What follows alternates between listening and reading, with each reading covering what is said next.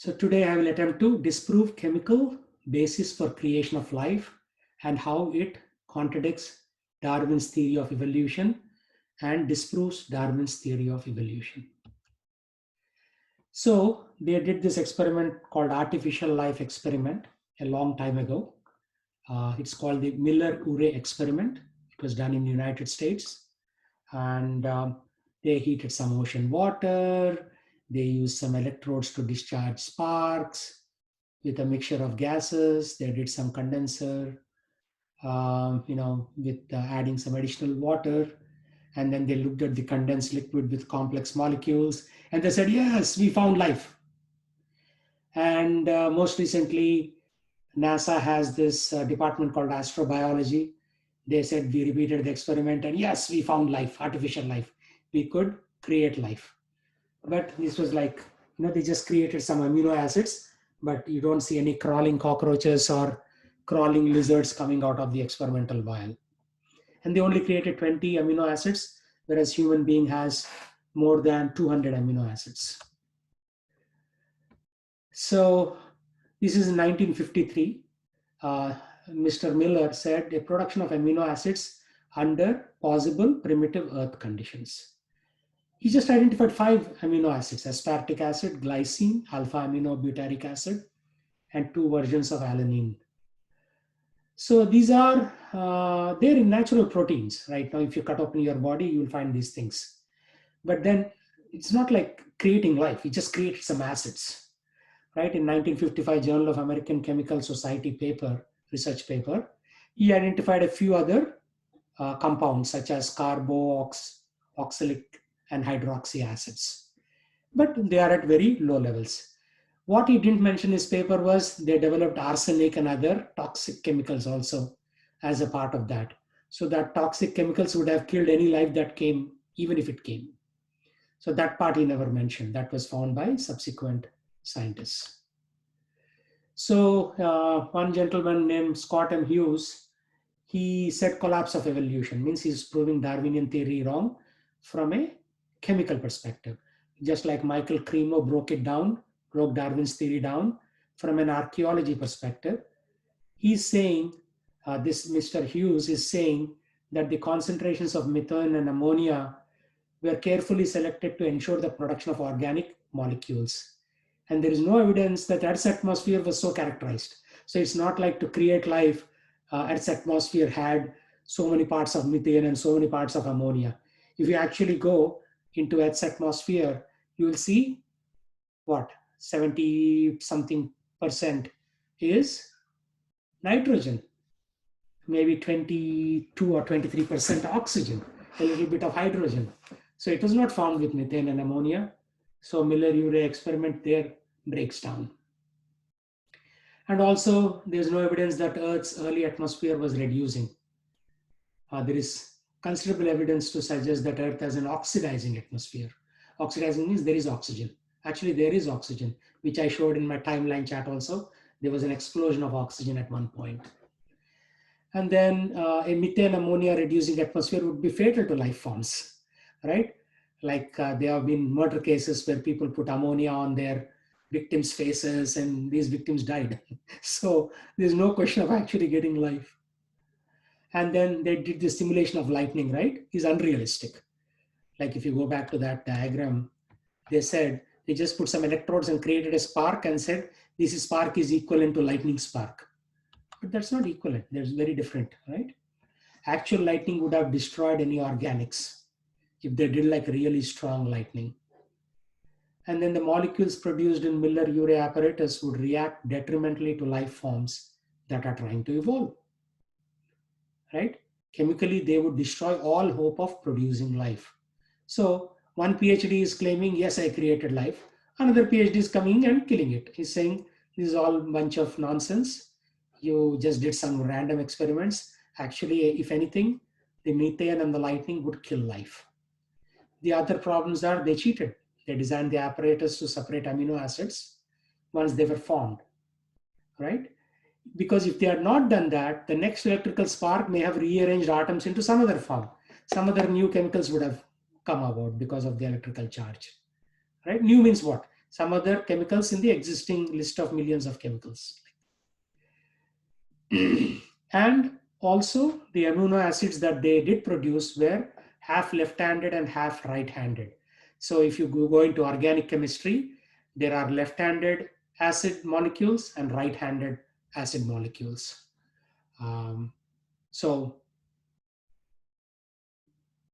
that is what you would expect from a random process like electric spark. The trouble is only left-handed amino acids are used in organisms. So for example, if you analyze your own body blood or plasma, you'll only see left-handed. You won't see right-handed molecules. So additional molecules were formed other than amino acids like formaldehyde and cyanide. You know, potassium cyanide, if somebody puts on their tongue, within 1 second they will die. There were people who tried to tell the taste of cyanide. They put it on their tongue and before they could write, they're dead. Right? So they're destructive to life. So they're only talking about positive amino acids, but what about the negative amino acids that came about? These things will actually kill life form. So origin of life through chemicals has been conclusively proven wrong by other scientists. Although even till day, if you look at a 8th grade or 9th grade textbook of your kids, you will see they'll say, once upon a time, there was this primordial soup. And from there, the chemicals combined and life came about.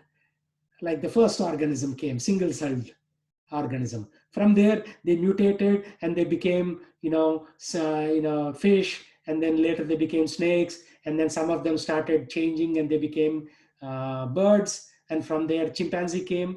And then from chimpanzee, human being came. So both theories are wrong. Life from chemicals is wrong, and human coming from monkey is also wrong. Both theories are wrong. Matter of fact, most of the most of the recent scientific theories are being disputed one by one, which points us back to a creation, like a creator who created all of the living entities rather than they coming from chemicals. And why these scientists do it this way is because they hate God. So they don't want to bring God into the picture. They say everything happened by an accident automatically through some kind of random combinations like that. So any questions thus far?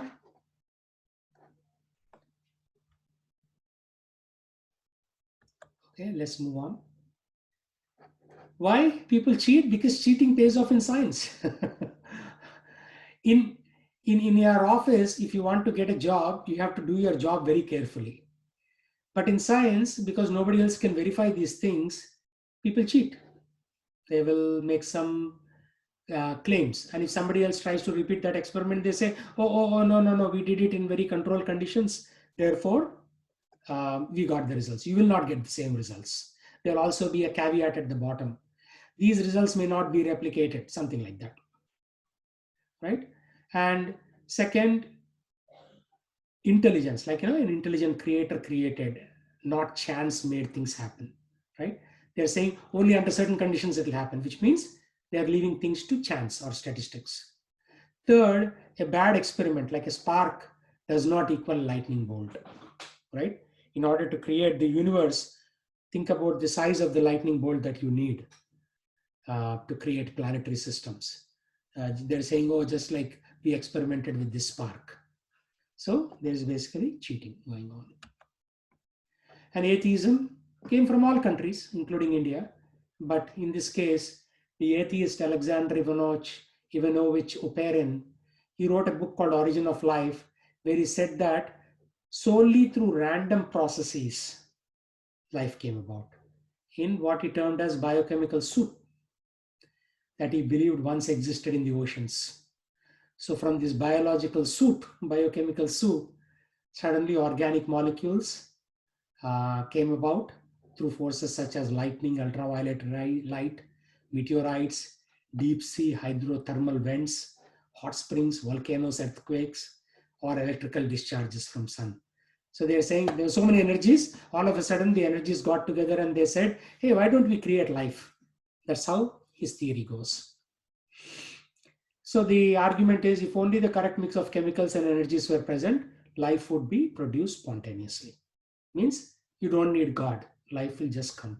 And this has been drilled down in all textbooks in India, in China, less so in China because they're a communist country, in all of Europe, America. So everybody thinks life came from chemicals, and then we are all product of evolution and we came from monkeys.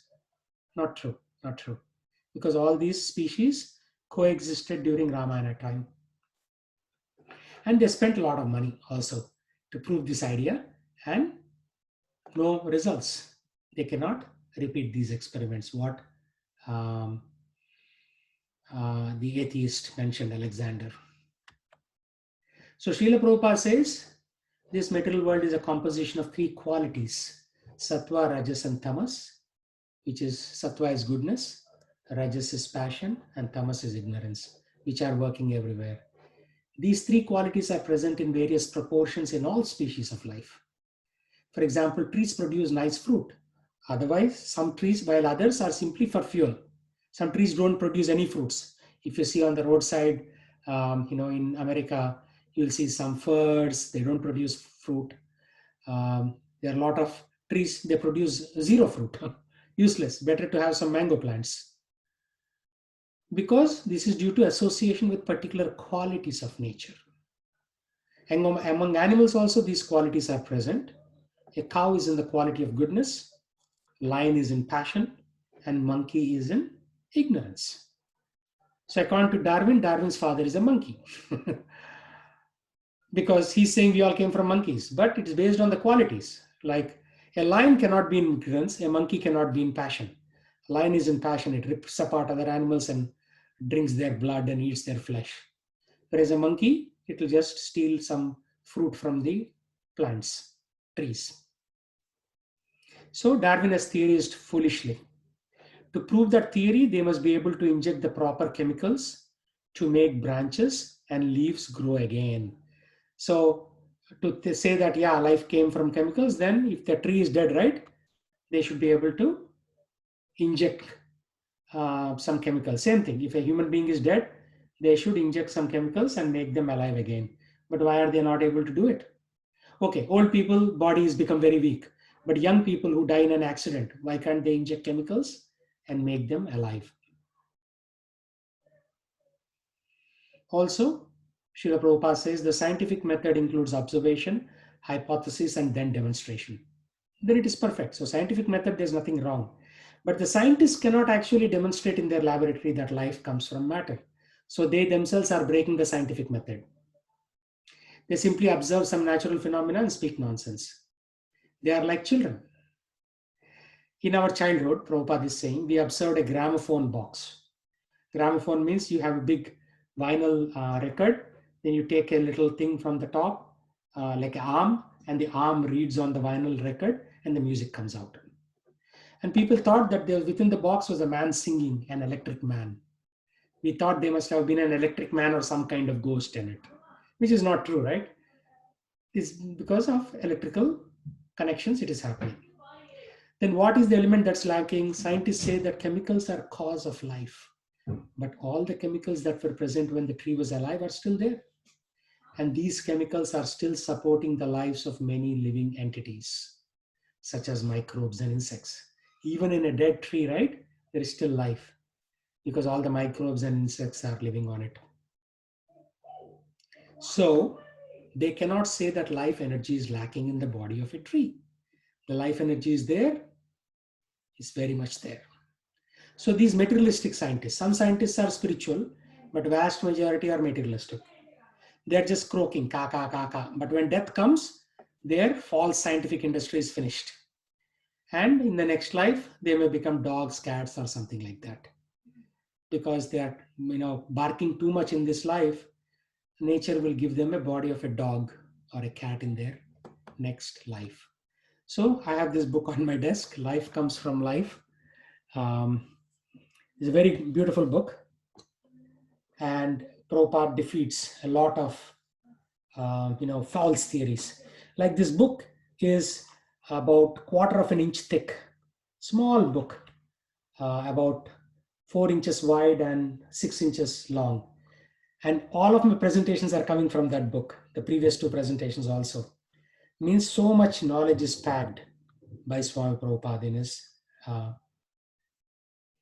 in his lectures, in his talks, in his books. So, any thoughts, any questions? So what was the name of the book, Prabhuji? Life comes from life. The same one. Okay.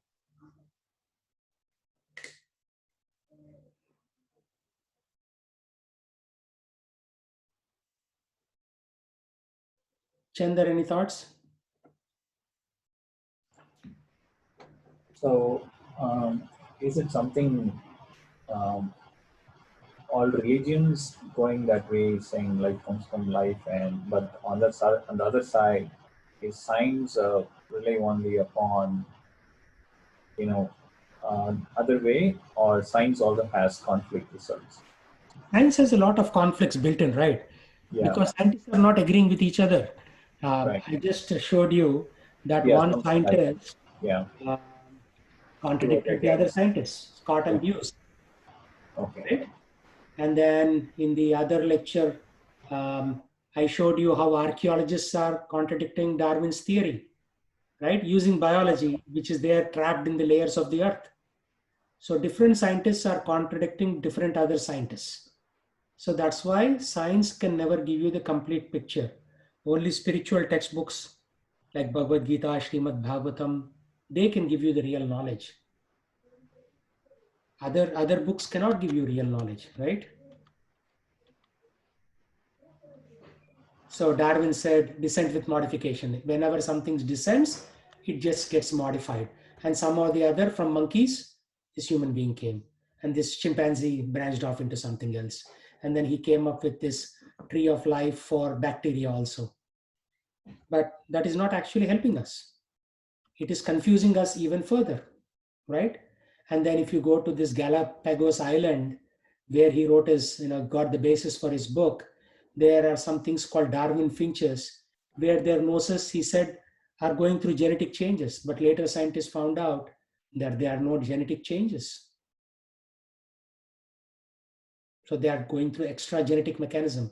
So what happens in summer, their beaks are shrinking, but once there is rain, their beaks are again becoming big. So a lot of what this one man has done has destroyed civilization, because now everybody thinks they came from monkeys. So there is no responsibility. We can eat, drink, and be merry. And they're not thinking about what happens to me after death. Because these atheistic scientists like Darwin, and he's not even a scientist, he doesn't have a MS degree or a PhD. He's an MA, Master of Arts.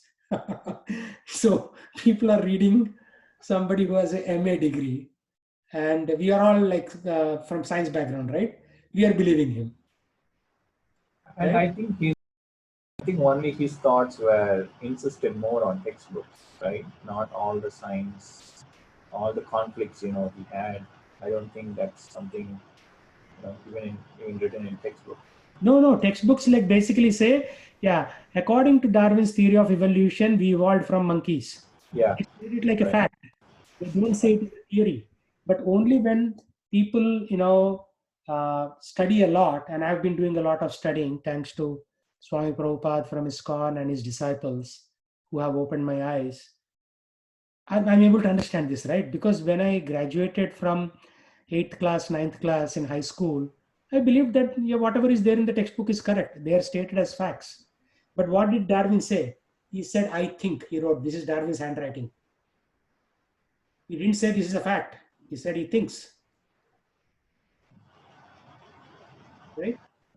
And then there is this thing called Cambrian explosion that I talked in the other lecture, where all of a sudden 530 million years ago, magically millions of new species came about. How did that happen? If it is gradual evolution, how can all these millions of things can come all at one time, right? So there are a lot of fallacies. Fallacy means wrong basis for what we are being fed today. And the reason we are being fed today is governments don't want us to think too much, right? They just want us to be good productive workers. We work, we pay taxes. Like in the early days in England, they would actually, end of the day, everybody would be given alcohol Drink nicely, don't question anything. Drink and go to sleep. Right? So yeah, there is a dilemma. One other scientist wrote a book, Cambrian Explosion, Evolution's Big Bang or Darwin's Dilemma. It's a dilemma because Darwin could not explain this.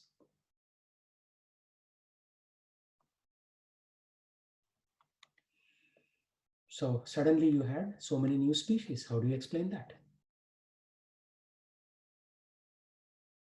Darwin himself famously considered that this was at odds with the normal evolutionary process, which means he's saying that I put together the evolutionary theory, but this Cambrian explosion is at odds. At odds means it doesn't agree with my theory. He himself agreed. But all the textbooks that are being written, including in 2019, my son was going to a local high school and his textbooks had the same thing as a fact. So yeah, lot to be said.